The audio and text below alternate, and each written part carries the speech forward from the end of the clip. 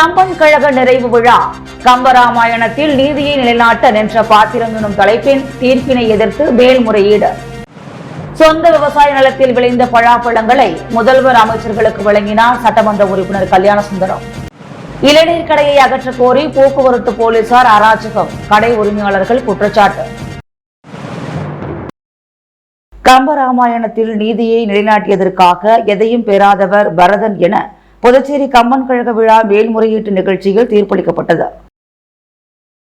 புதுச்சேரி கம்பன் கழகத்தின் சார்பில் 57வது ஆண்டு கம்பன் விழா கடந்த வெள்ளிக்கிழமை தொடங்கி ஞாயிற்றுக்கிழமை நிறைவு பெற்றது. சனிக்கிழமை நடைபெற்ற நீதியை நிலைநாட்ட நின்ற பாத்திரம் எனும் தலைப்பில் நடைபெற்ற பட்டிமன்றத்தில் நடுவர் இளம்பிறை மணிமாறன் பரதனே என தீர்ப்பளித்தார். வீடனன் பாத்திரத்தை நோக்கர்கள் வாக்கெடுப்பில் வெளியேற்றினர்.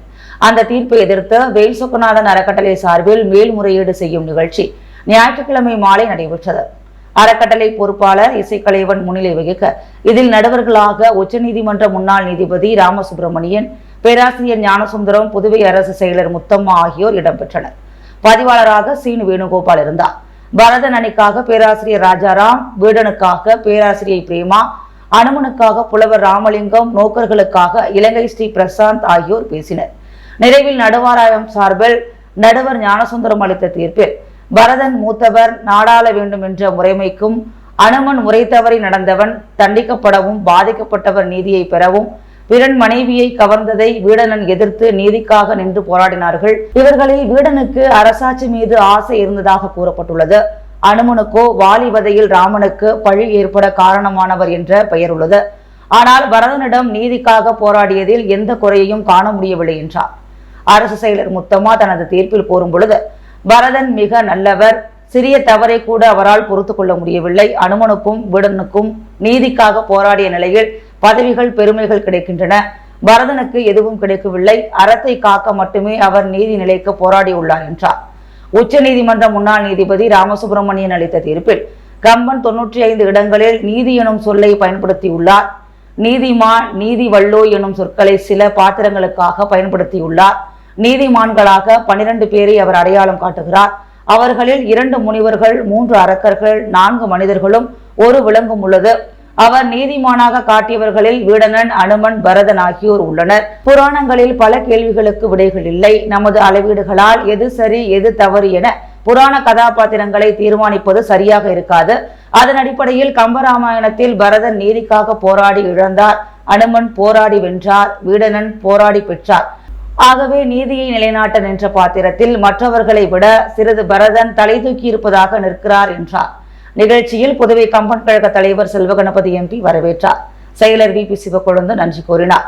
முன்னதாக காலையில் நடைபெற்ற சிந்தனை அரங்கில் உழைந்ததும் விளைந்ததும் என்னும் தலைப்பில் இலங்கை ஜெயராஜ் தலைமை உரையாற்றினார். புதுச்சேரி சட்டமன்ற உறுப்பினர் கல்யாணசுந்தரம் அவரது தோட்டத்தில் விளைந்த பழாப்பழங்களை முதலமைச்சர் ரங்கசாமி, அமைச்சர்கள், சட்டமன்ற உறுப்பினர்களுக்கு வழங்கி வாழ்த்து பெற்றார்.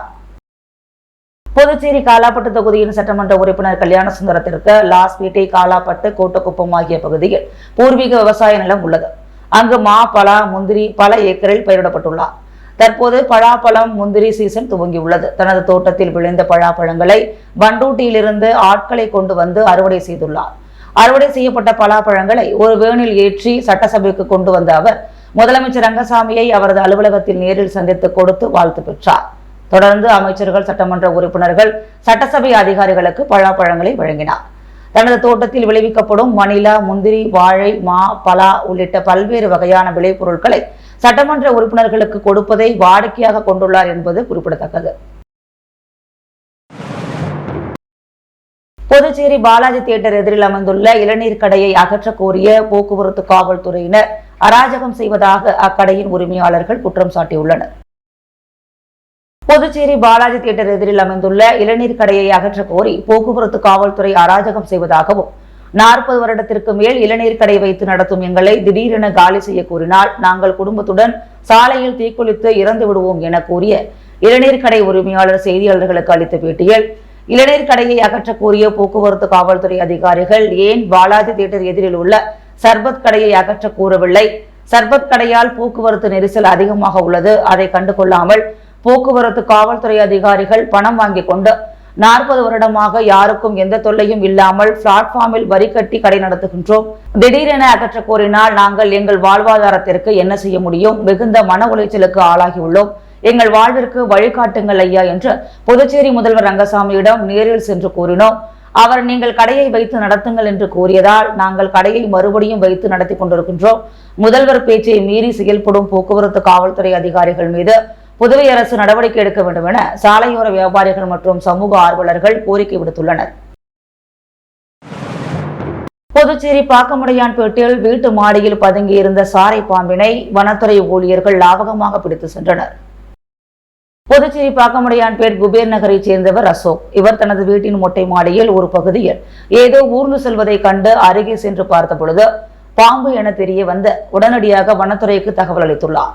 அவர் அளித்த தகவலின் பேரில் சம்பவ இடத்திற்கு வந்த வனத்துறை ஊழியர் சண்முகம் சுமார் அரை மணி நேரத்திற்கு மேலாக போராடி 6 அடி நீளமுள்ள சாரை பாம்பை லாபகமாக பிடித்து வனத்துறைக்கு எடுத்துச் சென்றார். மேலும் வெயிலின் தாக்கம் அதிகமாக இருப்பதால் அருகே உள்ள புதரில் இருந்து குடியிருப்பு பகுதிக்கு வந்து வீட்டின் மொட்டை மாடியில் பாம்பு பதுங்கி உள்ளதாக வனத்துறையினர் தெரிவித்துள்ளனர். Indian Red Cross Society Puducherry கிளை சார்பில் 10ஆம் வகுப்பு பொதுத் தேர்வில் சாதித்த மாணவர்களுக்கு பரிசுகள் வழங்கி பாராட்டப்பட்டது. Indian Red Cross Society Puducherry கிளை சார்பில் 10ஆம் வகுப்பு பொதுத் தேர்வில் அதிக மதிப்பெண் பெற்ற ஆனந்த ரங்கப்பிள்ளை சிறப்பு பள்ளியில் படித்த சண்முக பிரியா 10ஆம் வகுப்பு பொதுத் தேர்வில் 442 மதிப்பெண்கள் பெற்று சாதித்துள்ளார்.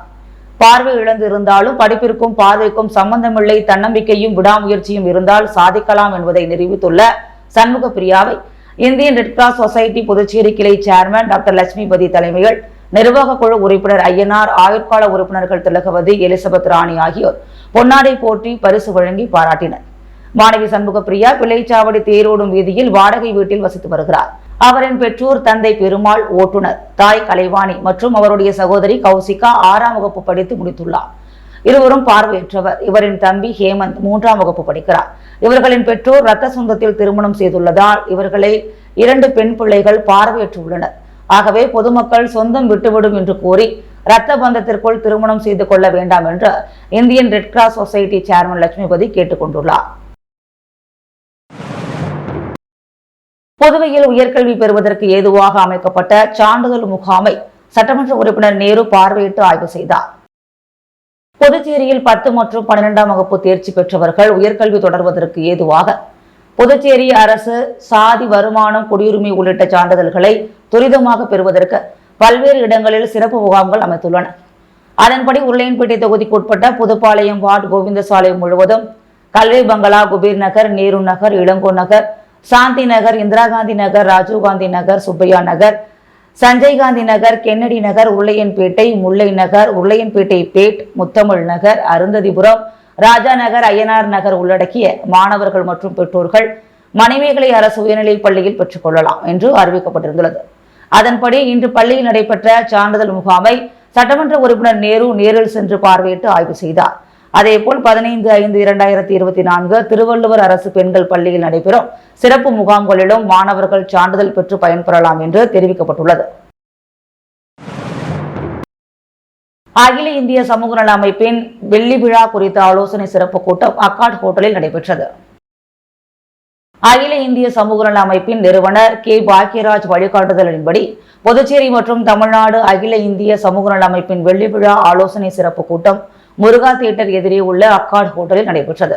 கூட்டத்தில் அகில இந்திய சமூக நல அமைப்பின் பொதுச் செயலாளர் கணேசன், தலைவர் செல்வராஜ், முன்னாள் தலைவர் புகழேந்தி, அவைத்தலைவர் மற்றும் நிர்வாகிகள் பலர் கலந்து கொண்டனர்.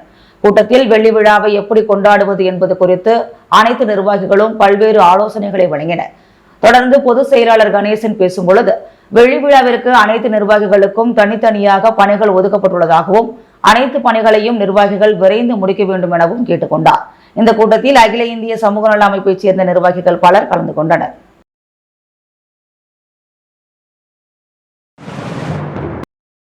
பத்து ஆண்டுகால சாதனையை கூறி வாக்கு பெற முடியாத சூழலில் பிரதமர் இஸ்லாமியர்களை பற்றி வெறுப்பு அரசியல் செய்து வருவது தேர்தலில் எடுபடாது என மனிதநேய மக்கள் கட்சி தலைவர் ஜவஹருல்லா தெரிவித்துள்ளார்.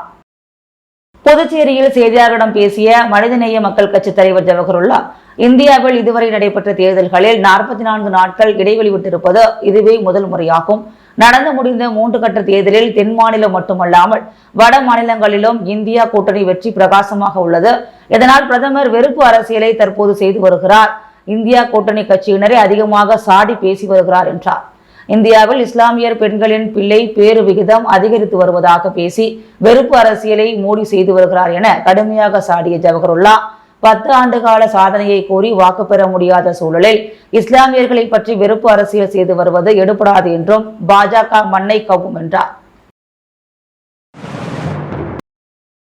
அதிமுக பொதுச் செயலாளர் எடப்பாடியார் பிறந்தநாள் விழாவை முன்னிட்டு அதிமுக மாநில துணை செயலாளரும் முன்னாள் சட்டமன்ற உறுப்பினருமான வையாபுரி மணிகண்டன் தலைமையில் முத்தியால்பேட்டையில் உள்ள கழக அலுவலகத்தில் கேக் வெட்டி மிக சிறப்பாக கொண்டாடப்பட்டது.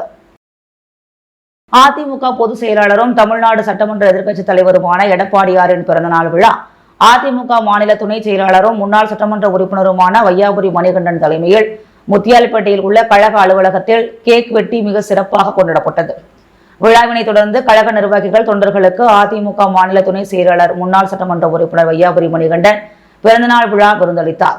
பிறந்தநாள் விழாவில் மாநில கழக இணைச் செயலாளர் காசிநாதன், தொகுதி கழக செயலாளர் பழனிசாமி, கழக இளைஞரணி செயலாளர் விக்னேஷ், காசிநாதன், முன்னாள் தொகுதி செயலாளர் மணி, தொகுதி தலைவர் கஜேந்திரன், நெட்டப்பாக்கம் தொகுதி செயலாளர் தீனதயாளன், பொதுக்குழு உறுப்பினர் செல்வம், மோகன், மாநில எம்ஜிஆர் மன்ற இணை செயலாளர் உதயசூரியன், மாநில வர்த்தக அணி தலைவர் செல்வம், மாநில மீனவர் அணி துணை செயலாளர் விஸ்வநாதன், மாநில சிறுபான்மையினர் துணைத் தலைவர் அந்துவான், மாநில அண்ணா தொழிற்சங்க துணைத் தலைவர் கண்ணன், இளைஞர் அணி இணை செயலாளர் கன்னியப்பன், மாநில இலக்கிய அணி துணை செயலாளர் ஹரிகிருஷ்ணா, மாநில எம்ஜிஆர் மன்ற இளைஞர் அணி துணைத் தலைவர் பிரபாகரன் உள்ளிட்ட பலர் கலந்து கொண்டனர். புதுச்சேரி காரைக்காலில் உள்ள அரசு பள்ளிகளில் +1 மாணவர் சேர்க்கைக்கு இன்று முதல் விண்ணப்பங்கள் விநியோகிக்கும் பணி தொடங்கியுள்ளது. புதுச்சேரியில் 10ஆம் வகுப்பு பொதுத் தேர்வு முடிவுகள் கடந்த 10ஆம் தேதி வெளியானது. இதில் 89.14% மாணவ மாணவிகள் தேர்ச்சி பெற்றனர்.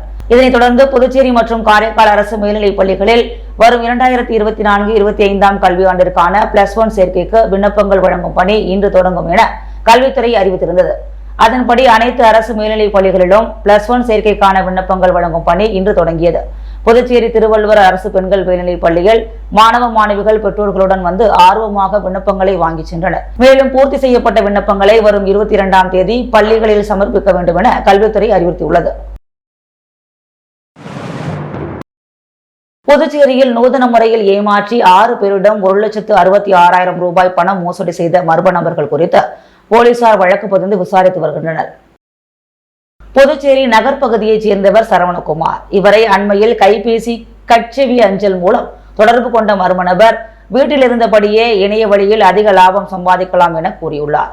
அதை நம்பிய சரவணகுமார் இணைய வழியில் குறிப்பிட்ட செயலி மூலம் ரூபாய் 36,000 முதலீடு செய்துள்ளார். அதன்படி அவருக்கு சில பணிகள் தரப்பட்டுள்ளன. அப்பணிகளை முடித்த போது அவருக்கு லாபம் கிடைப்பது போல இணையத்தில் காட்டப்பட்டது. ஆனால் லாபத்தொகை, அசல் ஆகியவற்றை அவரால் எடுக்க முடியவில்லை. தான் ஏமாற்றப்பட்டதை அறிந்த சரவணகுமார் புதுச்சேரி கோரிமேடு இணைய குற்றப்பிரிவில் புகார் அளித்தார். இதேபோல் சூர்யா என்பவரும் ரூபாய் 71,000 செலுத்தி ஏமாற்றப்பட்டுள்ளார். புதுச்சேரியைச் சேர்ந்த சுதா என்பவர் தனது மகனுக்கு நீட் பயிற்சிக்காக இணையதளம் மூலம் குறிப்பிட்ட நிறுவனத்திற்கு ரூபாய் 15,000 அனுப்பியுள்ளார். அவருக்கு முறையான பதில் கிடைக்கவில்லை. ஆகவே பணத்தை திரும்ப கேட்டுள்ளார். ஆனால் அவருக்கு பணம் அனுப்பப்படவில்லையா. கீர்த்திவர்மன் என்பவர் இணையவழி விளையாட்டு பிரிவு கட்செவியஞ்சல் குழுவில் இணைந்துள்ளார். அதன்படி ரூபாய் 18,000 கட்டிய அவர் அதற்கான பதில் இல்லை என்பதால் தான் ஏமாற்றப்பட்டதை அறிந்து புகார் அளித்துள்ளார். ஐயப்பன் என்பவரின் வங்கி கணக்கில் இருந்த ரூபாய் 10,000 மர்ம நபர் ஏமாற்றி எடுத்துள்ளதாக கூறப்படுகிறது. அதே போல கதிரவன் என்பவரின் வங்கி கணக்கில் மர்ம நபர் ரூபாய் 10,000 ஏமாற்றி எடுத்துள்ளனர். இந்த புகார்கள் குறித்தும் புதுச்சேரி கோரிமேடு பகுதி இணையவழி குற்றப்பிரிவு போலீசார் வழக்கு பதிந்து விசாரணை மேற்கொண்டு வருகின்றனர். புதுச்சேரி தாய் தமிழர் பாதுகாப்பு அமைப்பு சார்பில் அன்னையர் தின விழா கொண்டாடப்பட்டு பல்வேறு நலத்திட்ட உதவிகள் வழங்கப்பட்டது. புதுச்சேரி தாய் தமிழர் அமைப்பு சார்பில் அன்னையர் தினம் மிக சிறப்பாக முத்தியால்பேட்டையில் உள்ள தலைமை அலுவலகத்தில் கொண்டாடப்பட்டது. கலந்து கொண்ட அனைவருக்கும் அன்னையர் தின வாழ்த்துக்கள் தெரிவிக்கப்பட்டது. இந்த நிகழ்ச்சிக்கு மாநில பொதுச் செயலாளர் பிரபாகரன் அனைவரையும் வரவேற்று நலத்திட்ட உதவிகளை வழங்கினார். மேலும் மகளிர் துணைத் தலைவி கல்பனா முன்னிலையிலும் செயற்குழு உறுப்பினர் வெங்கடேசன் மேற்பார்வையிலும் மாநில மகளிர் ஒருங்கிணைப்பாளர் பாரதி மற்றும் மகளிர் பொதுச் செயலாளர் மதி, செண்பகம், முருகதாஸ் ஆகியோர் அனைவரையும் வரவேற்று அன்னையர் தின வாழ்த்துக்களை தெரிவித்தனர். தொடர்ந்து அன்னையர்கள் அனைவருக்கும் இனிப்பு வழங்கப்பட்டது. இறுதியாக நலத்திட்ட உதவி அன்னையர்களுக்கு வழங்கப்பட்டது. நிறுவன தலைவர் கலைமாமணி டாக்டர் வி.கே. சுவாமிதாசன் அன்னையர் தினத்தின் சிறப்பு பற்றியும் பெருமைகள் எடுத்து கூறியும் அனைவருக்கும் அன்னையர் தின வாழ்த்துக்களை தெரிவித்த 50 தாய்மார்களுக்கு தலா 5 கிலோ அரிசி வீதம் வழங்கிய பிறகு கலந்து கொண்ட அனைவருக்கும் வாழ்த்து தெரிவித்து சிறப்புரையாற்றினார். இறுதியாக மகளிர் துணை செயலாளர்கள் மங்காவரம் வள்ளி ஆகியோர் நன்றியுரையாற்றினர். இதையடுத்து விழா இனிதே சிறப்புற நிறைவு பெற்றது. புதுச்சேரி உழவர்கரையில் அமைந்துள்ள பழமை வாய்ந்த புனித ஜெயராக்கினி அன்னை ஆலயத்தின் ஆடம்பர தேர்பவனி நடைபெற்றது. புதுச்சேரி மாநிலம் உழவர்கரையில் பழமை வாய்ந்த புனித ஜெயராக்கினி அன்னை ஆலயம் உள்ளது. இந்த ஆலயத்தின் 309ஆம் ஆண்டு பெருவிழா கடந்த 3ஆம் தேதி கொடியேற்றத்துடன் தொடங்கியது. இதனைத் தொடர்ந்து நவ நாட்களில் தினந்தோறும் காலை மாலை என 2 வேளைகளும் சிறப்பு திருப்பலிகள் நடைபெற்றன. ஆண்டு பெருவிழாவின் ஆடம்பர தேர்பவனி இன்று நடைபெற்றது. முன்னதாக புனித அந்திரேயா ஆலய பங்கு தந்தை ஜோசப் பவுல் தலைமையில் சிறப்பு திருப்பலி நடைபெற்றது.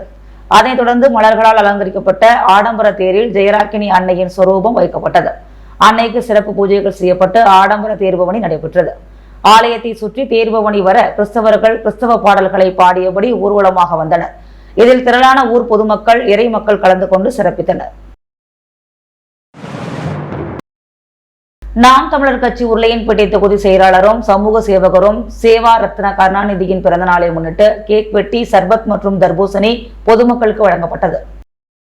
கோடை வெயிலை சமாளிக்க நாம் தமிழர் கட்சியின் தொகுதி வாரியாக பல்வேறு இடங்களில் நீர்மூர் பந்தலை திறந்து பொதுமக்களுக்கு வழங்கி வருகின்றனர்.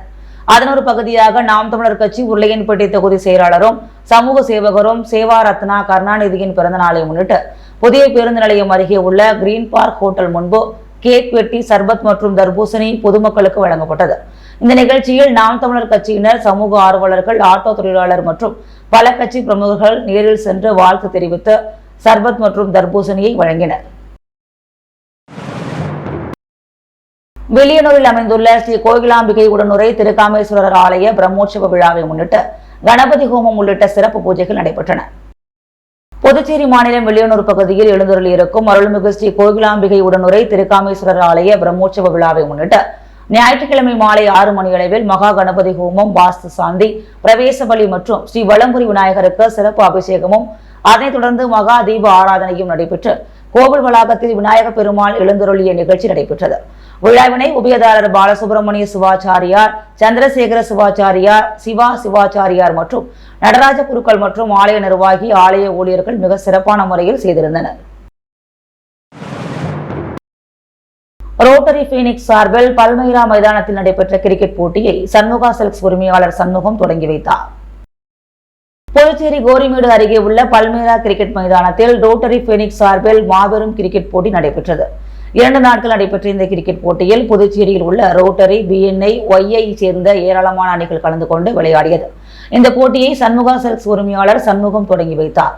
தொடர்ந்து வெற்றி பெற்ற அணிகளுக்கு பரிசளிப்பு விழா நடைபெற்றது. இதில் வெற்றி பெற்ற அணிக்கு சண்முகா சில்க்ஸ் உரிமையாளர் சண்முகம் கோப்பை மற்றும் பரிசுகளை வழங்கி பாராட்டுகளை தெரிவித்தார். இந்த நிகழ்ச்சிக்கான ஏற்பாடுகளை பிரசிடென்ட் ஜனா மற்றும் சந்துரு, கார்த்திக், ராஜபிரபாகரன், நந்தகுமார், கௌதம் உடன் ரோட்டரி பீனிக்ஸை சேர்ந்த நிர்வாகிகள் சிறப்பாக செய்திருந்தனர்.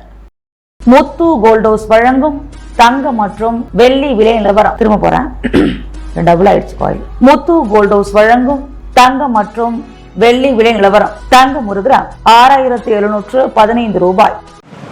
கம்பன் கழக நிறைவு விழா. கம்பராமாயணத்தில் நீதியை நிலைநாட்ட நின்ற பாத்திரம் எனும் தலைப்பின் தீர்ப்பினை எதிர்த்து மேல்முறையீடு. சொந்த விவசாய நிலத்தில் விளைந்த பழாப்பழங்களை முதல்வர், அமைச்சர்களுக்கு வழங்கினார் சட்டமன்ற உறுப்பினர் கல்யாண சுந்தரம். இளநீர் கடையை அகற்ற கோரி போக்குவரத்து போலீசார் அராஜகம், கடை உரிமையாளர்கள் குற்றச்சாட்டு. +1 மாணவர் சேர்க்கைக்கு இன்று முதல் விண்ணப்பங்கள் விநியோகிக்கும் பணி துவக்கம்.